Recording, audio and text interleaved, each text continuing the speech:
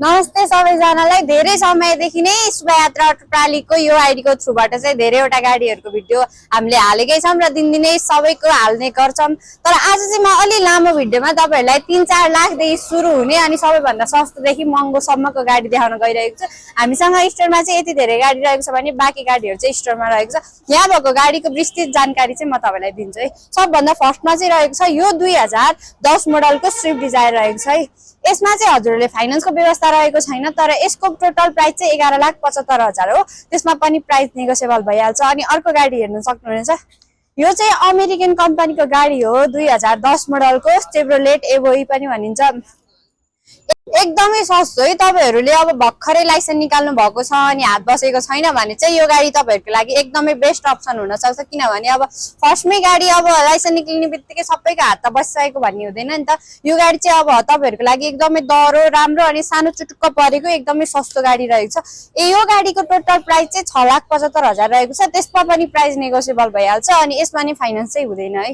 जुन यो तपाईहरुले देखिराख्नु भएको छ नि, यो चाहिँ कियाको पिकान्डो है। कोरियन कम्पनीको कियाको पिकान्डो हो। फुल अप्सनमा रहेको छ। यो चाहिँ 2010 मोडलको गाडी हो भने यसको टोटल प्राइस 10 लाख हो। टोटल प्राइस नै 10 लाख हो। त्यसमा पनि प्राइस नेगोसिएबल हुन्छ। अब दरो सानो अनि पार्किङ स्पेस सानो छ भने चाहिँ यो गाडी तपाईहरुको लागि बेस्ट अप्सन हुन सक्छ। म तपाईहरुलाई अर्को गाडी देखाउँछु। यो चाहिँ ड्याटसन गो हो है।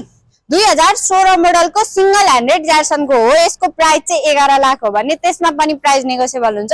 त्यसमा पनि हजुरहरूले फाइनान्स गरेर लिएर जान सक्नुहुन्छ। मतलब तपाईहरुले 5-6 लाखको डाउन पेमेन्ट गरेर बाँकी फाइनान्स गरेर पनि यो गाडी आफ्नो बनाउन सक्नुहुन्छ।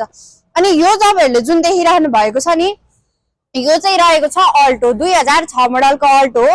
यसको प्राइस चाहिँ 5,60,000 हो। त्यसमा पनि प्राइस नेगोसिएबल हुन्छ। अब तपाईहरुलाई थाहा छँदैछ अल्टो चाहिँ ट्याक्सी युजको लागि कति धेरै कम्फर्टेबल हुन्छ। अब सानो बिजनेस सुरु गर्दै हुनुहुन्छ भने चाहिँ यो गाडी तपाईहरुको लागि, अब सानो थोरै छोटैबाट सुरु गरौँ न त भन्नुहुन्छ भने चाहिँ यो गाडी तपाईहरुको लागि एकदमै बेस्ट हुन्छ।